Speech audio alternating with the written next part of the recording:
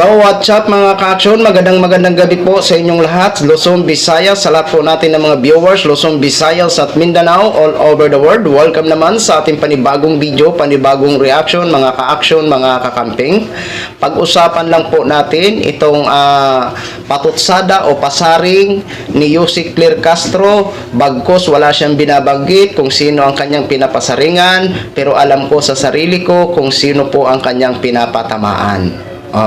Alam naman po natin sa pinaka-latest survey ng Okta Survey ay nakakuha nga ng mataas na rating ito si Mr. President Bongbong Marcos. Hindi po tayo magtataka dyan kung nakakakuha po siya ng mataas na rating kasi nakikita po natin siya na nagtatrabaho. Kumbaga, patuloy ang kanyang pagsisilbi sa atin na taong bayan. 'Di ba? Magtataka lang po tayo kung hindi natin nakikita si Mr. President na hindi nagatrabaho at tumaas ang ratings niya.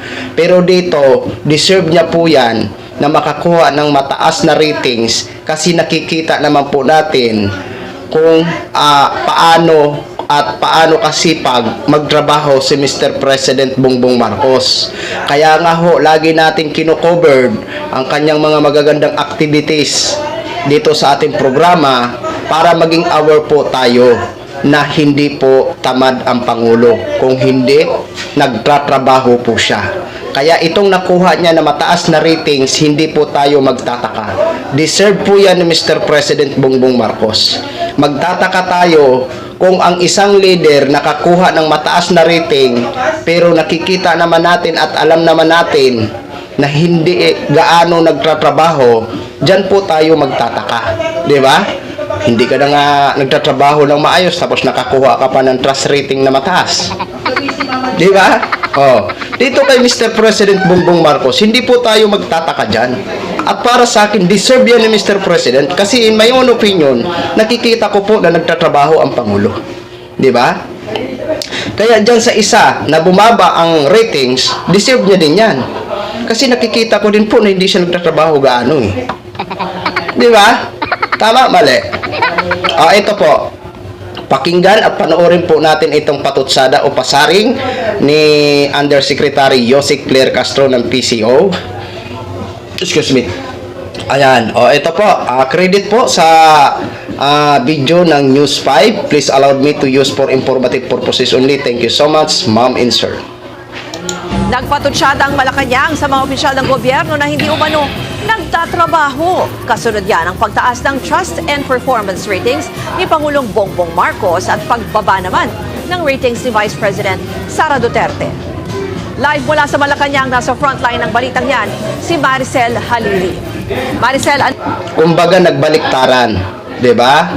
Kung dati si Vice mataas, ngayon siya naman ang mababa, si Mr. President naman ang tumaas.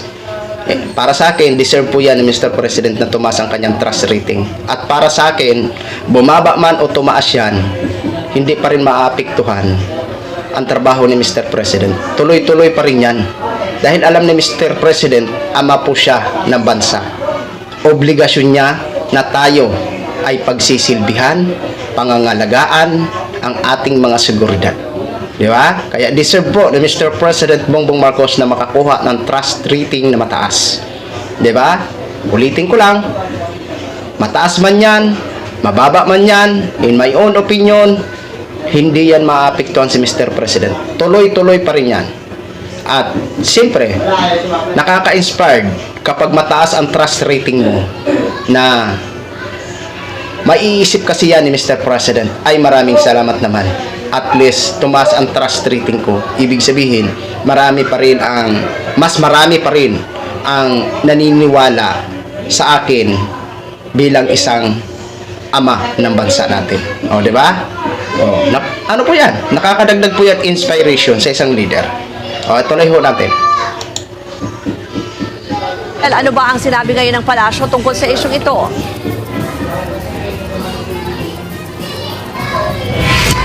Ruth, bago ko talakayan yung usapin tungkol sa trust ratings, pansinin ko muna o bigyang diin ko muna yung naging pahayag ng Malacanang tungkol nga dito sa national budget. Ang sabi kasi dyan ni Palace Press Officer Undersecretary Claire Castro, sana ay tumulong ang taong bayan sa pagbabantay ng bicameral committee para masigurong maayos ang latag ng pondo para sa 2026. Ayaw daw kasi nila na magkaroon ng abuse pagdating sa power of the purse. Kasunod yan na naging pahayag ni Senate President Cheese Escudero na mahirap daw maiwasan na magkaroon ng pagbabago yung National Expenditure Program o yung proposed budget na isusumite ng Department of Budget and Management sa Kongreso.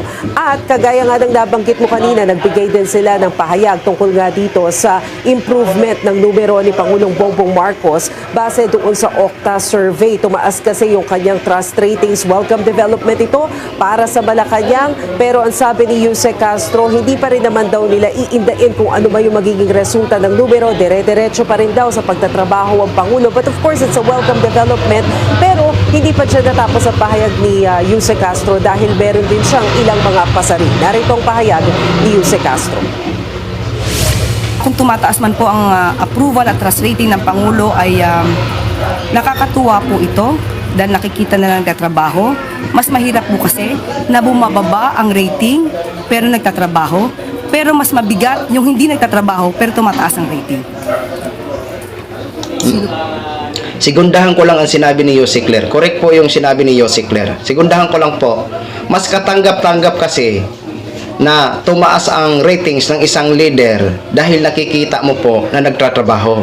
Mas hindi katanggap-tanggap na tumaas ang isang trust rating ng isang leader na nakikita mo naman na hindi gaano nagtatrabaho. Di ba? Mas katanggap-tanggap at mas deserve pa ito ni Mr. President dahil nakikita ho natin na patuloy ang pagsisilbi o sipag ni Mr. President para pagsilbihan tayo ng mamamayan. Di ba? Tuloy po natin. Sino pong nire-refer niyo? Kung sino po yung hindi nagtatrabaho ng mga public officials, siguro po kung mataas ang rating nila, wow.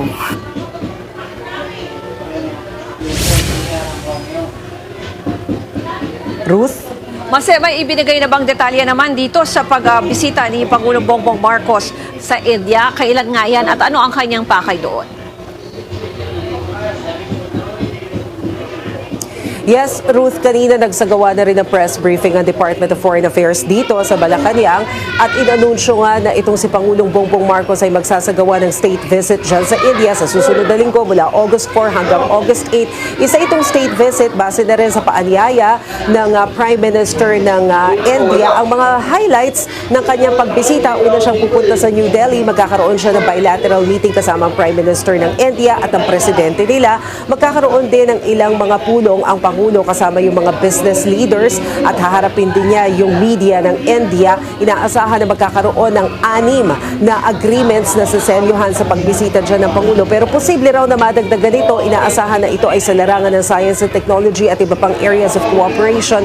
Umaasa rin ng DFA na mas mapapalalim ang relasyon ng India at Pilipinas pagdating sa larangan naman ng depensa. Matapos ang pagbisita sa New Delhi, didiretso ang Pangulo sa Bangalore at dito ay magkakaroon siya ni bagong pagpupulong sa ilang business leaders bago harapin ang Philippine Media Delegation. Ruth?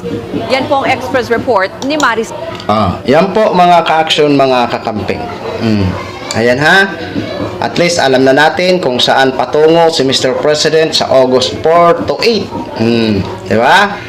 Aalis si Mr. President, hindi magbakasyon kung hindi trabaho.